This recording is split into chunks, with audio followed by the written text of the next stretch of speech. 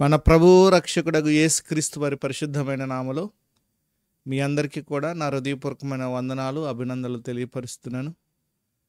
దేవుని మహాప్రేమ, ఆయన కృప, ఆయన వాత్సల్యత మన మీద దేవుడు తను చూపిస్తున్న ప్రేమను బట్టి కూడి వచ్చిన విశ్వాసులకి, అలాగే యూట్యూబ్ ద్వారా చూస్తున్న మీ అందరికీ కూడా, లైవ్ ద్వారా చూస్తున్న ప్రియ సహోదరులందరికీ కూడా పేరు పేరు చొప్పున నా హృదయపూర్వకమైన వందనాలు తెలియపరుస్తున్నాను, అభినందనలు తెలియపరుస్తున్నాను.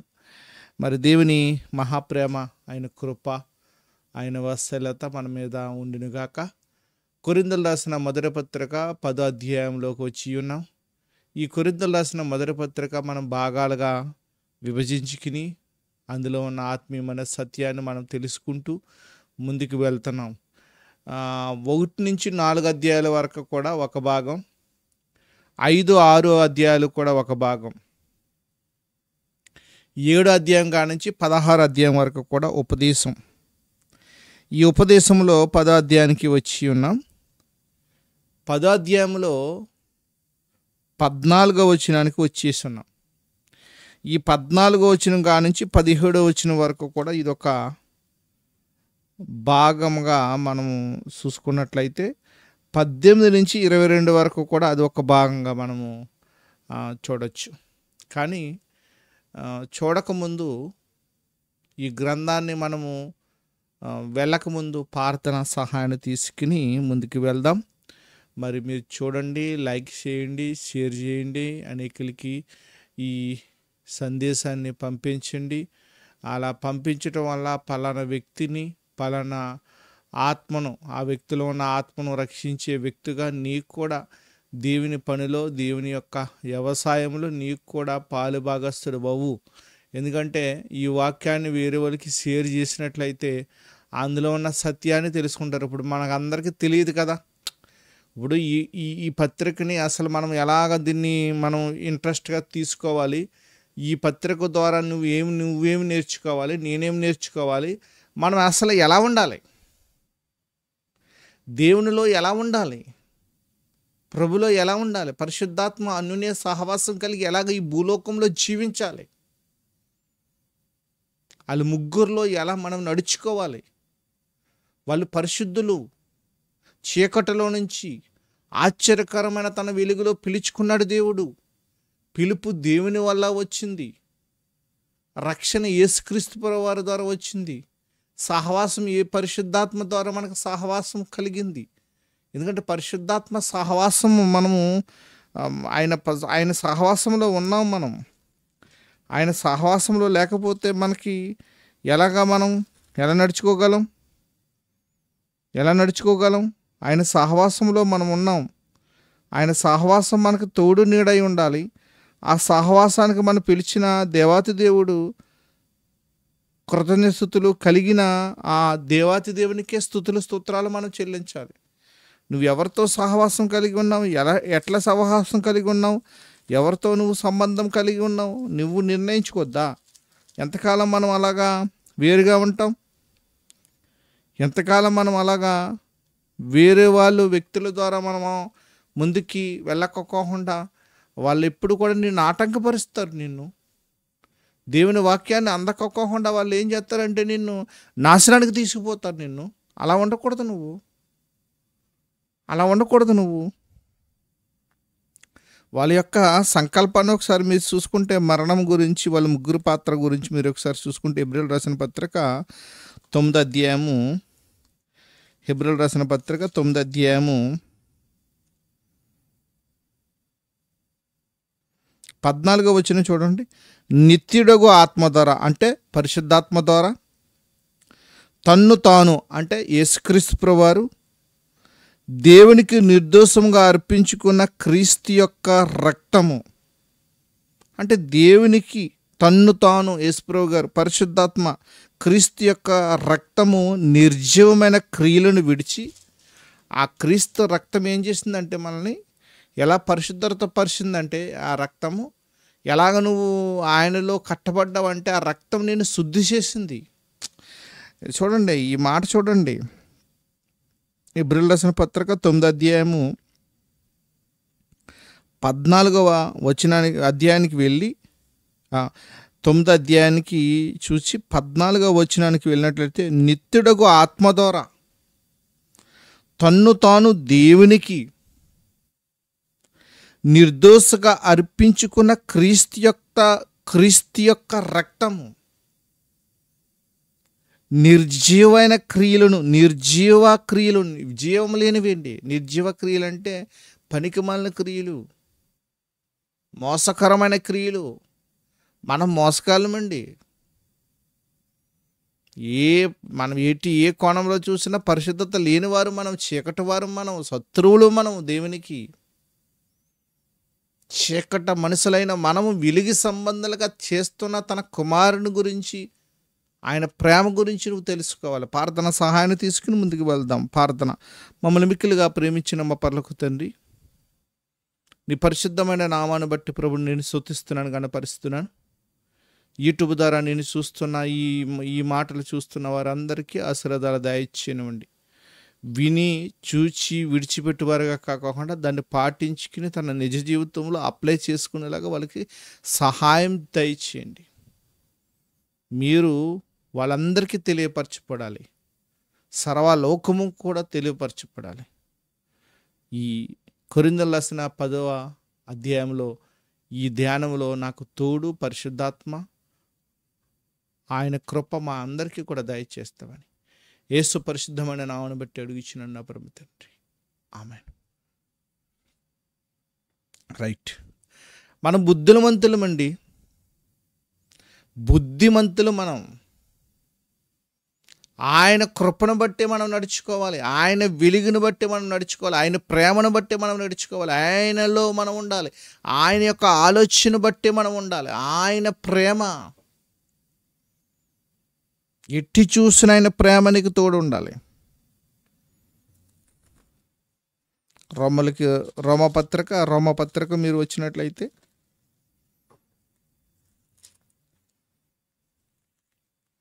రోమలకు రాసిన పత్రిక మీరు వచ్చినట్లయితే 16వ అధ్యాయానికి వచ్చినట్లయితే 17వ వచనాన్ని చూడండి. రోములకు రాసిన పత్రిక 16వ అధ్యాయము 17వ వచనం. సహోదరులారా, మీరు నేర్చుకున్న బోధకు వ్యతిరేకముగా భేదములను ఆటంకములను కలగజేయు వారిని కనిపెట్టి ఉండుండని మిమ్మును బతుమాలుకొనిచున్నాను. ఏంటండి ఈ మాటలో అర్థమైందా మీకు? అంటే నీ బోధ ఎలా ఉండాలి? క్రీస్తునందు అపోస్తుల బోధ యందే మనం కట్టబడాలి. అపోస్తులకి ఇచ్చింది ఎవరు? యేసుక్రీస్తు వారు. వెయ్యబడ్డ పునాది తప్ప వేరొక పునాది లేదు. మళ్ళీ దేవదూత పరలోకము నుంచి కూడా భూలోకములోకి వస్తే కూడా మీరు చెప్పిన దేవదూత చెప్పిన కూడా మీరు నమ్మకండి అంటున్నాడు ఆయన. నమ్మకండి. మీరు ఎక్కడి నుంచి వచ్చి చెప్పినా కూడా నమ్మకండి. ఈ బోధ అంది మీరు. అందుకని రోములకు రాసిన పత్రిక 16వ అధ్యాయంకి 17వ వచనం ఇదే మీకు తెలియపరుస్తుంది. సహోదరులారా, మీరు నేర్చుకున్న బోధకు వ్యతిరేకంగా. బోధ ఏంటండి? సువార్త, ఉపదేశము. ఇప్పుడు నేను చెప్తున్నానే ఈ ఉపదేశమే, సువార్త. ఇది నిన్ను కడగడానికి, నన్ను కడగడానికి, నిన్ను శుద్ధి చేయడానికి, నన్ను శుద్ధి చేయడానికి, మనందరినీ తీసుకెళ్ళి అవయవాలుగా తీర్చిదిద్దుకున్నాడు ప్రభు. ఒక శరీరంలో పిలుచుకున్నాడు, ఒక రక్తములో మళ్ళీ కడిగాడు, ఒక శరీరంలోకి పిలుచుకున్నాడు.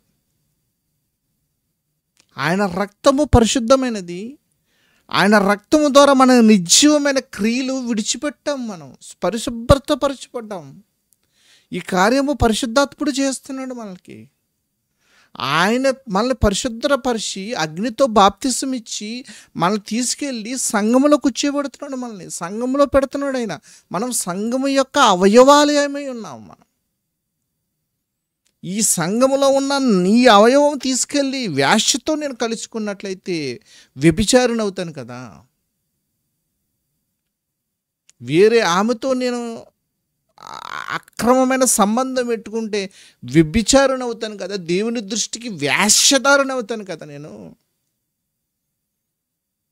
ఓ కొరింథీ పట్టణస్థులారా, మీరు విలువ పెట్టి కొనబడిన వారు, మీరు మీ సొత్తు కారు. మీరు దేహము, మీ ఈ దేహం చూడండి, మీరు ఆ మాట చూడండి. కొరింథీయులకు రాసిన పత్రిక 6వ అధ్యాయం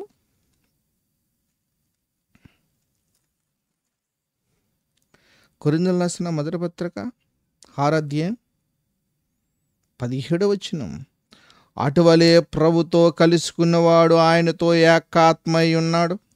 జారత్వమునకు దూరంగా పారిపోవుడి. మనుష్యుడు చెయ్యు ప్రతి పాపము దేహమునకు వెలుపట ఉన్నది గాని జారత్వం చెయ్యువాడు తన సొంత శరీరమునకు హానికరముగా పాపం చేయుచున్నాడు. మీ దేహము దేవుని వలన మీకు అనుగ్రహింపబడి మీలోనున్న పరిశుద్ధాత్మకు ఆలయమై ఉన్నదని మీరు ఎరగరా? పరిశుద్ధాత్మకు ఆలయమయ్యో మనం. మీరు మీ సొత్తు కారు, విలువ పెట్టి కొనబడిన వారు గనక మీ దేహముతో దేవునిని మహిమపరచుడి. అర్థమైందా మీకు? ఈ కొరింథీయులకు రాసిన మొదటి పత్రిక 10వ అధ్యాయము 14వ వచనంలో ఇది మొదటి పార్ట్ అండి. ఇది ఇంకా ఇందులో 2 భాగాలు మనం మాట్లాడుకుందాం. కాబట్టి ఎక్కడికి వచ్చాను నేను? బోధ విషయంలో జాగ్రత్తగా ఉండు. సత్యవాక్యాన్ని సరిగా విభజించి చక్కనైన రీతిలో బైబిల్ టు బైబిల్, వచనం టు వచనం చెప్పే సమర్థుడి దగ్గర మనం నేర్చుకోవాలి. మంచి మంచి పలుకులు పలికే సేవకుడి దగ్గరే ఆ పలుకుల వల్ల, నీతి మాటల వల్ల, నీతి వల్ల నువ్వు పరిశుద్ధత పరచబడి దేవునిలో కొనసాగుతావు. అందుకని రోమపత్రిక 16వ అధ్యాయం 17వ వచనం మీద తెలియపరుస్తుంది. సహోదరులారు, మీరు చేర్చుకున్న బోధకు వ్యతిరేకముగా మీరు నేర్చుకున్నారండి. వాళ్ళు అపోస్తుల దగ్గర నేర్చుకున్నారండి వాళ్ళు. ఇంకో పాదం కూడా చూద్దామా? తిమోతికి రాసిన 2వ పత్రిక 3వ అధ్యాయము 5వ వచనం కూడా చూద్దాం. ఇది కూడా సేమే. మీరు నేర్చుకున్న బోధ విషయం జాగ్రత్తగా ఉండండి. 3:5 పైకి భక్తి గలవారేయుండి దాని శక్తిని అనుసరించిన వారయుందురు. ఇట్టి వారికి విముఖుడువై ఉండుము. పాపభరితులైన నానా విధమైన దురాశల వల్ల నడిపింపబడి ఎల్లప్పుడూ నేర్చుకునిచున్నాను. సత్య విషయమై అనుభవం జ్ఞానము ఎప్పుడును పొందలేని అవివేక స్త్రీల యొక్క ఇంట్లో చొచ్చి వారిని చెరపట్టుకుని పోవారు. వీరిలో చేరిన వారు ఎన్నే ఎబ్రి అనువారు మోసని ఎదిరించినట్టు వీరును చెడిన మనసు కలిగిన విశ్వాస విషయంలో భ్రష్టులై సత్యమును ఎదురింతురు. యేసుప్రభు గారిని ఎదిరించటమే సత్యం ఎదిరించటం అంటే. బాగా అర్థమవుతుందా బాగా ప్రియమైన వాళ్ళారా? అసలు మనం ఎక్కడున్నాం?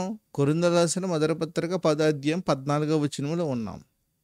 నేను ఎందుకు ఈ మాటలు మీకు ముందు తీసుకుని వెళ్తున్నాను? మన జీవితాలు ఎలా కట్టుకుంటున్నాం? విగ్రహాధారానికి ఎంత దూరంగా ఉన్నావు నువ్వు? దేవుని విషయంలో ఎంత దగ్గరగా ఉన్నావు? పాపం విషయంలో ఎంత దూరంగా ఉన్నావు, దేవుని విషయంలో ఎంత దగ్గరగా ఉన్నావు. అందుకని యోహాను గారు రాసిన మొదటి పత్రిక వాళ్ళు చూచిన దాన్ని, తాకిన దాన్ని, జీవాన్ని కలిగి ఉన్నారు దాన్ని అదే చెప్తున్నారు. యోహాను గారు రాసిన మొదటి పత్రిక మొదటి అధ్యాయంలో 2వ వచనంలో చూస్తే ఆ జీవం ప్రత్యక్షమైన తండ్రి యొద్ద నుండి మాకు ప్రత్యక్షమే ఆ నిత్య జీవం మేము చూచి ఆ జీవమును గురించి సాక్ష్యం ఇచ్చుచు దానిని మీకు తెలియజేయుచున్నాము. మాతో కూడా మీకు సహవాసం కలిగినట్లు మేము చూచిన దానిని వినిన దాన్ని మీకు తెలియజేయుచున్నాము. మన సహవాసం అయితే తండ్రితో కూడాను ఆయన కుమారుడైన యేసుక్రీస్తుతో కూడా ఉన్నది. మన సంతోషము పరిపూర్ణమగుటకు మీ సంగతులు రాయొచ్చున్నాము. సంఘములో ఉన్న విశ్వాసులకు రాయిస్తున్నాడు ఆయన. సంఘములో ఉన్న అవయవాలుగా తీర్చిదిద్దబడుతున్న మనకే రాస్తున్నాడు ఆయన. కాబట్టి నువ్వెలా ఉన్నావు? దయచేసి చెప్తున్నాను, నువ్వెలా ఉన్నావు? నువ్వు క్రీస్తులో ఉన్నావా? క్రీస్తు యొక్క అడుగుజాడలో ఉన్నావా? ఆయన ప్రేమ ప్రకారంగా నువ్వు ఉన్నావా? పరీక్షించుకో. రండి, కొరింథీయులకు రాసిన మొదటి పత్రిక 10వ అధ్యాయానికి రండి, ముగించుకుందాం. 14, 15, 16 చదివికి. కాబట్టి నా ప్రియులారా, విగ్రహారాధనకు దూరముగా పారిపోండి. ఆరాధనకు దూరముగా పారిపోండి. బుద్ధిమంతులతో మాట్లాడినట్లు మీతో మాట్లాడుచున్నాను. మీ జ్ఞానవంతులు మీరు, క్రీస్తుని తెలుసుకున్నవారు మీరు, క్రీస్తుతో ఐక్యపరచబడిన వారు మీరు, క్రీస్తు యొక్క సహవాసములో ఆయనతో జతపరచబడిన వారు మీరు. తర్వాత నేను చెప్పు సంగతిని మీరే ఆలోచించండి, మీరే తెలుసుకోండి అంటారు కదా. మీరే వెళ్ళి చూడు, ముందున్న ఈ వ్యక్తి చూడండి, ఒనేసిము. ఇప్పుడు వెళ్ళి చూడు, ఫిలిమోను రాసిన పత్రిక అదే కదా అపొస్తలుడైన పౌలు గారు చెప్తున్నారు. ఎబ్రిల్ రాసిన పత్రిక ముందు ఉంటుంది కదా అది. ఫిలిమోను రాసిన పత్రికలో ఒనేసిము గురించి, ఫిలిమోను రాసిన పత్రిక అపొస్తలుడైన పౌలు గారు ఒనేసిము గురించి ఆయన 8-9 ఒకటి అధ్యాయం ఉంటుంది, 8-9 చూడండి. కావున యుక్తమైన దాని గురించి నీకు ఆజ్ఞాపించుటకు క్రీస్తునందు నాకు బహుధైర్యం కలిగి ఉన్నాను. వృద్ధుడును, ఇప్పుడు క్రీస్తు యేసు ఖైదునైన పౌలును నేను ప్రేమను బట్టి వేడుకుంటా మరి మంచిదనుకుని నా బంధకములలో నేను కనిన నా కుమారుడగు ఒనేసిము కోసరం నిన్ను వేడుకొనుచున్నాను. ముందు నిష్ప్రయోజనమైన వాడు నీకు నాకును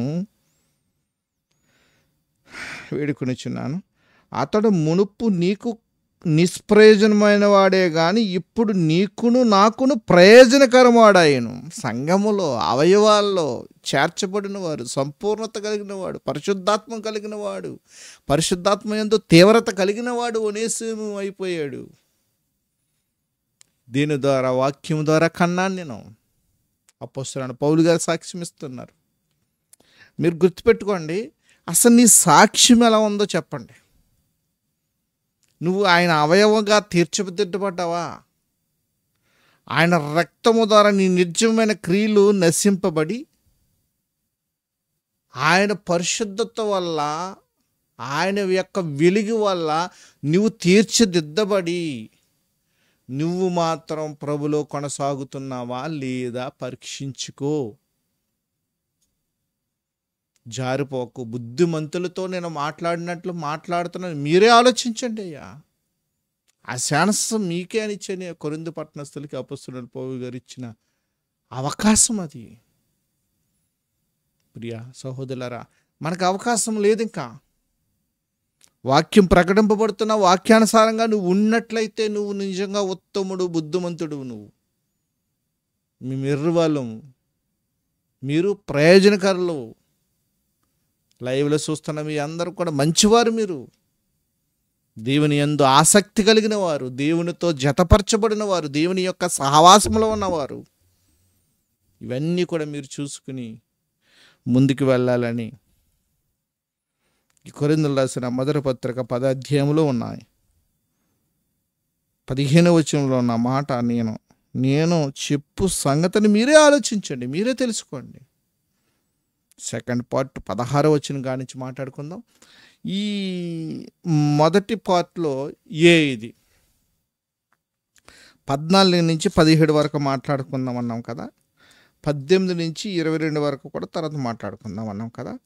ఈ మాటలు మీరు పరిశీలించి అనేకులకి షేర్ చేసి అనేకులకి మీరు పంపించాలని ఇంతటితో ఈ మాటలు, ఈ విలువైన మాటలు ముగిస్తూ మరొకసారి మీ అందరికీ కూడా నా హృదయపూర్వకమైన వందనాలు తెలియపరుస్తున్నాను. షేర్ చేయండి, సబ్స్క్రైబ్ చేసుకోండి, అనేకులకి పంపించండి, అనేకులు కూడా ఆశీర్వాదం పొందండి. దేవుడు తన కృప, తన ప్రేమ, తన వత్సలత మీ అందరి మీద కూడా కలుగునుగాక. ఆమేన్. అందరికీ వందనాలండి. Thank you all.